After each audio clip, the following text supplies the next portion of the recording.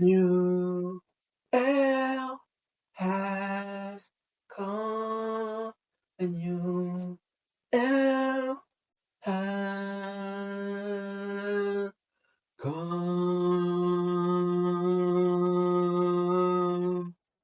I just waiting for so long to see my team win again. Guys, j'espère que vous portez bien. Et oui, en effet, pour ceux qui ont reconnu, c'était en quelque sorte une remasterisation de la musique A New Day Has Come de Céline Dion. Et je vous le dis tout de suite, je suis un grand, mais vraiment un grand amateur, un grand fan de celle-ci. J'ai pas mal de ses musiques. Je trouve qu'elle chante magnifiquement bien. Pour en revenir au match, guys, 16e défaite. 16e défaite en première ligue. J'ai envie de vous le dire encore et encore et encore, sincèrement, que l'on mette fin à notre supplice, que l'on mette fin à cette saison, mais vraiment chaotique en première ligue. Je sais, on a décidé de mettre l'accent, de mettre la priorité sur l'Europa League, mais n'empêche, guys, ça fait quand même mal. Ça fait quand même mal. Et le pire, c'est que durant le preview, je voulais pronostiquer un score de 2-1 en faveur de Brentford, mais je crois que j'ai oublié. Mais bon, finalement, il y a 4-3. 16 défaites, les gars. Oh, ça fait mal, sincèrement. On va quand même souligner le sursaut d'orgueil. Parce que là, à 4-1, on se dit attention. Attention, on peut voir une nouvelle déconvenue. On peut voir un nouveau 5-1. Mais sincèrement, j'ai bien aimé le réveil, le sursaut d'orgueil de notre équipe. 4-3, un but splendide de Garnacho, un beau but de Hamad Diallo également, 4-3. Ça m'a un peu fait penser au match contre Tottenham, un 4-3 également. Donc malheureusement, ça n'a pas suffi. Donc une nouvelle défaite. Franchement, guys, blague à part, Brentford, c'est une équipe qui ne réussit mais vraiment très peu. On se souvient du doublé de Max Sauce dans le temps additionnel à Old Trafford en plus. On se souvient du 4-0. On se souvient, même cette saison, j'ai pas vu le match, mais on gagne, je crois, le match en fin de match, but de Højlund. Donc oui, guys, faut qu'on se dise la vérité. Même avec notre équipe type, Brentford n'a jamais été facile. Mais alors là, jamais. Là, on a fait tourner. Donc déjà pour commencer, sur la compo, j'ai trouvé que oui, j'aurais juste peut-être fait reposer Ugarte et donc fait jouer Sekou Koné, comme je vous l'avais dit à plusieurs reprises. Et en plus, je vais rajouter le fait que moi, malheureusement, je ne vois pas Kobe Meno en 8, dans un double pivot. Je pense qu'il n'a pas le coffre. Et je pense que son meilleur poste, son meilleur atout, c'est 10. Encore un match, j'ai envie de dire, fantomatique. Casper était sur le terrain, donc franchement, il n'a pas eu d'impact du tout. Mais alors là, mais pas du tout. Mais je pensais justement que quand il avait fait l'analyse en me disant que justement Kobe Meno, c'était un joueur qui mériterait de jouer plus haut sur le terrain, je pensais que là, on allait commencer à le voir. Mais c'est vrai que oui, il y a également Mount qui a besoin de cumuler quelques minutes. Il y a Garnacho qui aligne les matchs. Garnacho qui est un peu comme Bruno Fernandes, qui vraiment a cette capacité vraiment de jouer encore et encore et encore. On va y revenir sur son cas juste après. Mais les gars, moi, Kobe Melo, je sais que oui, il agace beaucoup parmi vous. Et encore une fois, je vous le dis à juste titre. Sincèrement, encore une fois, un match décevant de sa part. Mais moi, je sais pas. J'ai envie d'y croire. J'ai l'impression que quelque part, il peut devenir, si bien évidemment il s'applique, il peut devenir un bon joueur. Et je me base sur les buts contre Lyon cette année, contre Liverpool, contre City. Bon, il a marqué pas mal de beaux buts contre Wolverhampton. Donc par rapport à tout ça, je me dis que cette saison, elle est désastreuse. Et il n'est pas le seul. C'est un point qu'il faut mentionner, il n'est pas le seul. Généralement, quand tu exploses lors de la première année, ben, l'année qui suit, ben, on t'attend au rendez-vous quelque part. Donc par rapport à cela, je crois que même Rashford, hein, je sais plus. La deuxième saison de Rashford n'avait pas été si bonne que ça. Il est arrivé en cours de saison, il marquait but sur but. Et donc oui, la deuxième saison, c'était avec Mourinho, tout comme Martial également.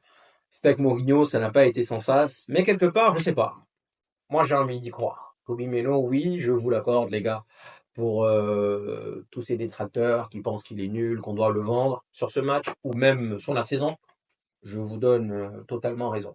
Vous avez raison, mais comme je l'ai dit, moi, pour l'instant encore, je me dis que j'y crois encore. On verra d'ailleurs derrière ce qui va en découdre. Ensuite, on va passer, déjà on va essayer de décortiquer les 4 buts. Parce que j'ai vu certains commentaires qui disent que Bagnédir, dès qu'il joue, c'est 4 buts. C'est vrai qu'il a encaissé 4 buts. Déjà, il faut commencer il faut retenir que par rapport à notre qualification face à Arsenal, je vous avais dit qu'il avait droit à 5 passes droits. C'est-à-dire que pendant 5 matchs, il peut faire n'importe quoi, je ne vais pas le critiquer. Conclusion, je ne vais pas le critiquer. Déjà, le premier point. Mais en dehors de ça, d'ailleurs, j'ai trouvé qu'il a fait de bons arrêts. Maintenant, peut-être sur le troisième but, oui. Je pense que sur le troisième but, il aurait peut-être pu faire quelque chose. En dehors de cela, le premier but, c'est un CSC. Donc, c'est un but contre son camp de Luc Shaw. Je pense que sur le coup, il pensait que la balle allait de l'autre côté. C'était un centre. Et effectivement, c'était un centre. Elle a été déviée. Je pense quelque part, tu mets Onana, tu mets n'importe quel gardien, ça sera but. Malheureusement, ça tombe sur lui. Ensuite, le deuxième but, il faut souligner que Delirte était absent. Il a essayé de faire signe à Anthony Taylor, mais bon, les gars, de manière générale, à chaque fois qu'Anthony Taylor va arbitrer un match de Manchester United, il faut déjà vous rendre compte psychologiquement, moralement, que vous allez vous faire gaze. Qu'on va se faire gaze. Parce que oui, je suis désolé. Maintenant, je ne dis pas qu'il aurait dû siffler, parce que oui, effectivement, d'autres arbitres ne pourraient également ne pas siffler, mais bon, quand c'est Anthony Taylor, dites-vous que à coup sûr, il ne sifflera pas. Faut que vous le gardez bien en tête. Donc Délire qui était par terre. Et là, belle action, sincèrement, il combine bien de Brentford, centre. Et là, le petit Frederickson, il se fait bouffer dans les airs. Maintenant, encore une fois, guys, on peut pas l'en vouloir. Franchement, il est tout jeune. Et je trouve d'ailleurs que par la suite, il s'est bien rattrapé, il s'est bien ressaisi. Je trouve qu'il a su grandir au cours du match. Mais sincèrement, il s'est fait bouffer dans les airs. Le numéro 7 de Brentford, il est pas mal. Franchement, il a un petit truc. Il est bon déjà de la tête. Et je crois que, d'après ce que j'ai entendu dans les commentaires, c'est son 10e but cette saison, alors qu'il vient de Fribourg. Donc, 10e but pour une nouvelle recrue, c'est pas mal. Et en plus, jouant dans une équipe comme Brentford. Brentford, mine de rien, gars, c'est pas mal, hein. Ils ont marqué 18 buts, les deux là, Yessi et Mbogo là. Ils ont marqué but sur but, les gars. Franchement, ils ont marqué plus de buts que nous. Je crois qu'ils ont marqué plus de 60 buts. Alors qu'à l'inverse, nous, on a moins de 50 buts. Bref, c'est juste pour vous dire que la saison 2024-2025, elle est outrageuse. Elle est calamiteuse. Franchement, vivement à la fin, quoi. Parce que oui, encore une fois, je vous l'avais déjà dit, mais je crois que mon ressenti va se réaliser. Je vous avais dit en décembre dernier, si Manchester United finissait 17e et que derrière, trouver les moyens et les ressources de remporter cette Europa League, on aura accompli une meilleure saison que Chelsea. Je l'avais stipulé à mon cousin qui était en train de me taquiner, en train de me tacler. Et je l'avais dit, écoute, on va peut-être même, voire même certainement finir 17e.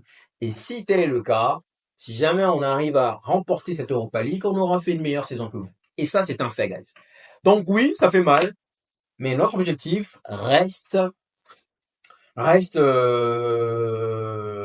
jeudi face à Bilbao. Et encore une fois, ce que je souligne une nouvelle fois, c'est le sursaut d'orgueil. C'est-à-dire que au lieu vraiment de nous laisser faire, genre laisser l'équipe adverse, en l'occurrence Brentford, nous marcher dessus, nous rouler dessus, on a eu une espèce de sursaut d'orgueil. Donc, quand ce sont les jeunes, bien évidemment, ils étaient meilleurs. Mais de manière générale, Brentford, les gars, c'est une équipe qui nous réussit très peu. Franchement, c'est une équipe, on l'a vu et revu et revu et revu. Donc voilà, guys, c'est pas grave. 4-3, on aurait aimé voir un quatrième but sur lequel on aurait pu se reposer, sur lequel il y a un quatrième but qui allait peut-être nous permettre de nous extasier en fin de rencontre, mais bon, finalement 4-3. Et donc pour moi, Bagnédir, il a fait de bons arrêts.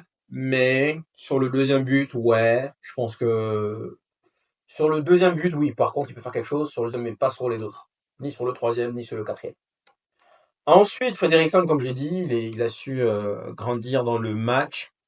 Et après, guys, j'ai bien aimé la rentrée de Yoro. Yoro, malgré son jeune âge, quand il rentre sur le terrain, tu sens une espèce d'aura, franchement, sur lequel tu peux te reposer, sincèrement. Je trouve que Yoro, il dégage quelque chose, et de plus en plus. Maguire, bon, je vous dirais une entrée anodine. Delirte, les gars. Pour ceux qui s'en souviennent, quand on était sur le point de le signer dans lors du dernier mercato, je vous l'ai dit, guys.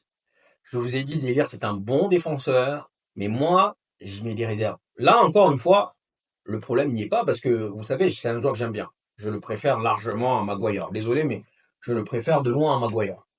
Mais je vous l'ai dit que c'est un joueur qui se blesse et de manière récurrente, qui plus est. Donc je vous ai dit par rapport à ça. Et là, blessure, blessure, blessure, ben mine de rien, c'est pas de sa faute, guys. Je suis désolé, c'est pas de sa faute. C'est un peu comme Bailly à l'époque. Il avait subi 2 grosses blessures à Villarreal avant de nous rejoindre. Il est arrivé à Manchester United, ben bien évidemment, il va continuer, il va récidiver. Cavani, c'est pareil. Donc, et que ce soit pour Mantes, que ce soit pour Délire, les deux, si, pour ceux qui s'en souviennent, je vous ai dit, ce sont des bons joueurs, je les aime bien, mais je n'en veux pas parce que ce sont des joueurs qui se blessent encore et encore et encore. Donc, vu comment il s'est blessé, guys, j'ai envie de vous dire fin de saison. Je crois que c'est fin de saison pour lui. Et quelque part, est-ce que il n'aurait pas plus fallu faire titulariser Lindelof ou alors Maguire au détriment de Delirte justement qui revenait de blessure? Ça, c'est un autre débat, mais en tout cas, Delirte, guys, je crois que c'est fin de saison. Donc, je pense que lui, Martinez, il rentre dans ce cadre de figure que malheureusement, ben, ce sont des joueurs sur lesquels malheureusement on ne peut tout simplement pas compter. Que ce soit Shaw, Mount, Delire, Martinez, on ne peut pas trop compter dessus. Shaw, je vous dirais un match quelconque. J'ai pas vu quelque chose d'extraordinaire qui aura permis de dire waouh. Je vous dirais quelconque. En plus, il marque contre son camp. Forcément, il l'a pas fait exprès, mais voilà. Hamas, c'est lui qui se fait bouffer dans les airs sur le premier but. Mais encore une fois, guys, moi, je ne vais pas venir acculer un jeune joueur. Que ce soit Frederiksen qui s'est fait bouffer sur le deuxième but, ou alors Hamas qui s'est fait bouffer sur le premier but, ou le deuxième, je sais plus. Franchement, ils sont jeunes. Il y en a qui ont souligné, pointé du doigt le fait qu'ils soient petits de taille. Franchement, en tant que latéral, on n'a pas besoin de hauteur. Pour moi, on a vu beaucoup de latéraux s'exprimer proprement malgré leur taille. Donc Hamas, voilà. Ugarte, j'ai bien aimé. Franchement, Ugarte, il a pris un jeune, bien évidemment, parce qu'il fait une mauvaise relance et la balle, elle revient et derrière, il doit commettre la faute. Mais j'ai bien aimé son match sur l'ensemble. Je trouve qu'il a beaucoup progressé. Il a eu 2 pas décisifs la dernière fois. Il a beaucoup progressé. La talonnade qu'il fait à Bruno Fernandes. Les lacunes que l'on pointait du doigt au début de saison sont en train de se faire gommer petit à petit. Donc franchement, Ugarte, c'est pas encore ça. C'est pas encore le joueur qui va prendre le ballon et qui va. On l'a encore vu encore une fois face à Bilbao où sous pression il perd ses moyens. Mais franchement, moi j'ai bien aimé son match grosso modo. Ensuite, Meno, bon, j'en ai déjà parlé. Mason Mount. Mason Mount, je crois que si ça tenait qu'à lui, il allait marquer, enfin, il allait jouer chaque fois contre Brentford. Chaque fois contre Brentford, parce que l'année dernière, même schéma, il marque, je crois, à la 94e minute. Il pensait avoir donné la victoire à son équipe. Et derrière, la Gaisance, 97e minute, on se fait rattraper. Mais encore une fois, juste pour vous dire que généralement, Brentford, c'est pas une petite équipe, quoi. Enfin, en tout cas, c'est une équipe qui ne réussit pas beaucoup. Que ce soit à domicile ou à l'extérieur. Donc, Mason Mount qui marque son but, qui aurait pu être auteur d'une passe décisive également, si Garnacho ne s'était pas mélangé les pinceaux. Parce que là, la passe, elle est magnifique. Ça, vous savez, il y a un truc qu'on dit, que ce soit handball, basket et foot, On dit que quand tu es sur le point de finir, quand tu es sur le point de shooter au basket, quand tu es sur le point d'allumer le gardien au hand, quand tu es sur le point de shooter, prends un instant, prends du recul pour inspirer et expirer. C'est-à-dire que là, moi, quand je joue au hand, quand j'arrive dans les airs, je vois le gardien s'agiter, je suis dans les airs et ça, je kiffe. Je prends le temps, toujours d'inspirer et expirer. C'est-à-dire que ça me permet justement de finir proprement. Et donc là, Garnacho est arrivé, boum, il s'est tiré dessus, la balle est repartie, mais bon, normalement, ça c'est un but. Bref. Donc oui, je pense que ça c'est quelque chose que nos joueurs devraient plutôt apprendre à maîtriser la finition. Prends le temps d'inspirer, regarde où se trouve le gardien, regarde où se trouvent les différents obstacles, en l'occurrence les défenseurs ou alors tes coéquipiers, et prends le temps de placer ta balle. Là, je vous l'ai déjà dit, hein, moi au handball, à la fac en tout cas, je ne tirais jamais fort. C'est-à-dire que j'attendais que le gardien me fasse tout ce qu'il veut faire, ouais, ouais, ouais, ouais, et derrière, je pose la balle. Après avoir inspiré dans les airs et expiré, rire, et je pose. Donc, Mason Mount, match correct. J'espère que ce but va lui faire du bien. De toute façon, moi, je pense que Mason Mount, j'ai toujours dit, c'est un bon joueur. Maintenant, oui, effectivement, je crois que sur son cas, je commence à perdre patience. Mais je pense que c'est un bon joueur, sincèrement. Ensuite, Garnacho, les gars. Garnacho, je sais une nouvelle fois qu'il va agacer beaucoup parmi vous. Mais les gars, moi, je trouve que il me plaît de plus en plus. Bien évidemment, on est tous d'accord, c'est loin, mais c'est loin. Parce qu'il y a des fois où tu te dis, Garnacho! T'as envie d'entrer sur la pelouse et venir, t'as envie de faire ça. Mais sincèrement, le but, il est splendide, les gars. Et quand on regarde les stats, c'est, je crois, 21 buts, passes décisives cette saison. 11 passes décisives et 10 buts. À son âge, les gars, il n'a que 19 ans. 11 passes décisives, je sais qu'encore une fois, c'est-à-dire qu'en fait, si vous voulez, Garnacho, c'est quoi le souci? C'est qu'on le voit tellement. On le voit tellement dans un match que tu vois du tout. Tu vois le plus mauvais, tu vois le bon, tu vois le très bon, tu vois la catastrophe. Et en fait, tu le vois trop. Aujourd'hui, je crois qu'aujourd'hui, il est en train de prendre ses responsabilités et tu le vois trop. Ce qui fait que, contrairement aux autres joueurs que tu vas peut-être voir peut-être 5, 6, 7 fois dans le match, un peu comme Mason Mount, tu vas pas les voir beaucoup. Et donc, conclusion, s'ils font de bonnes choses, tu vas retenir qu'ils ont fait de bonnes choses. Mais s'ils ont fait de mauvaises choses, tu vas retenir que ça. Qu'ils ont fait que de mauvaises choses parce qu'ils n'ont pas beaucoup de... Alors que lui, tu le vois trop. Franchement, guys, pour moi, Garnacho, au bout du compte, c'est un joueur que je vais garder. Jusque-là, je vous avais dit que j'étais entre deux chaises. Mais là, sincèrement, je sais bien évidemment que ce n'est pas parfait, que c'est brouillon, qu'il fait vraiment, comme je l'ai dit, le meilleur, le pire, la catastrophe. Mais je crois que ça, ce sont des petits détails. Et encore une fois, s'il arrive, et je crois que c'est en train de se faire, s'il arrive vraiment à corriger sa prise de décision dans le bon timing, je pense qu'on peut avoir un très bon joueur. Je le dis et je le répète, 21 buts, pas décisifs, c'est pas mal. Pour un jeune de son âge, sincèrement, malgré toutes les carences, malgré tout ce que l'on peut lui reprocher, c'est pas mal. Franchement, c'est pas mal. Et je trouve qu'en réalité, euh, c'est un peu comme Bruno Fernandes, c'est un peu comme Maguire. Il est en train de s'améliorer, les gars. Et encore une fois, je dis, tout le mérite, tout le crédit revient à Ruben Alubena. Parce que Garnacho, maintenant, qui essaye de faire des pas décisifs, qui s'en mêle les pinceaux encore, mais je trouve que c'est un joueur qui est en train de monter en puissance.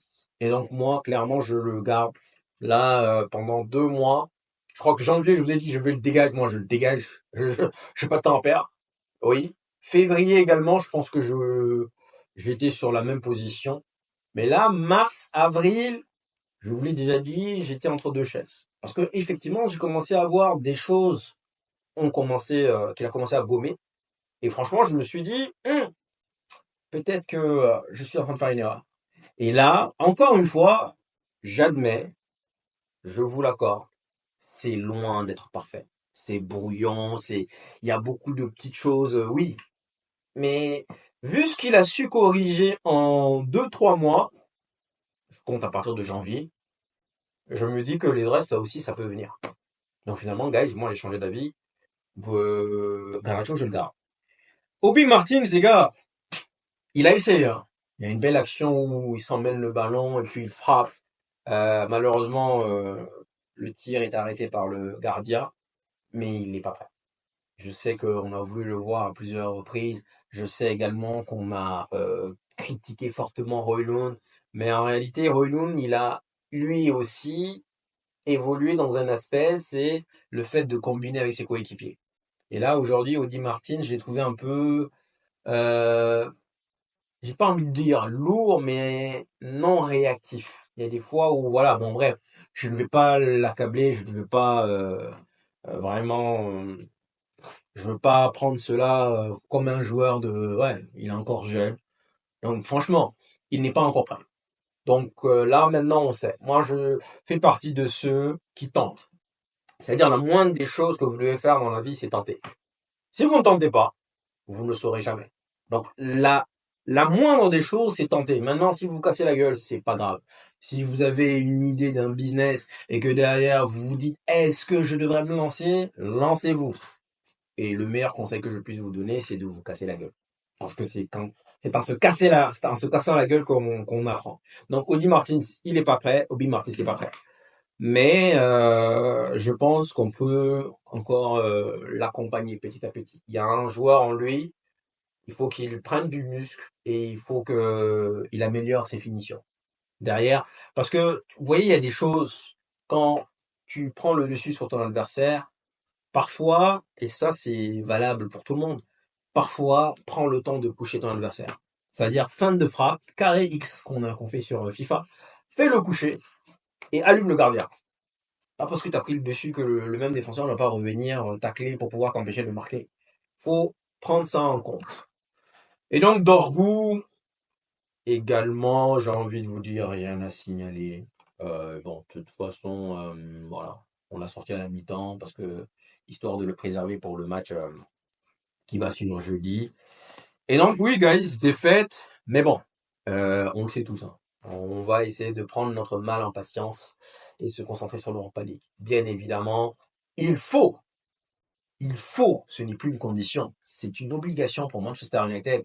Il faut remporter cette Europa League. Parce que, si jamais au bout du compte on n'y parvient pas, la saison elle sera F-ta.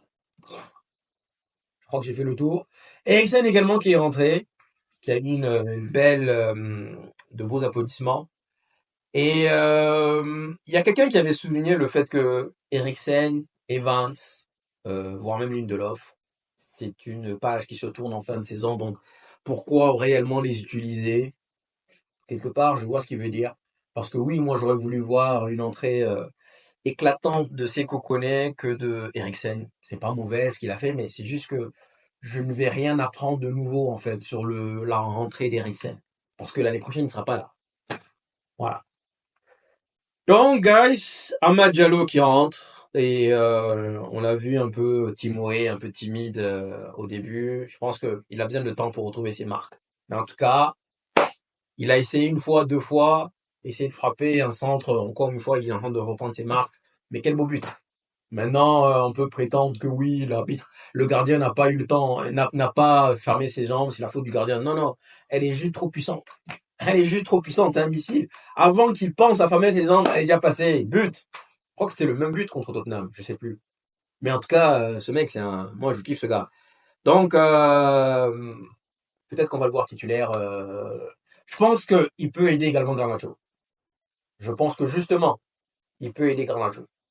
Si on a un de chaque côté, ça peut faire très mal. Guys, merci d'être venus jusqu'ici. Prenez soin de vous et je vous dis à demain.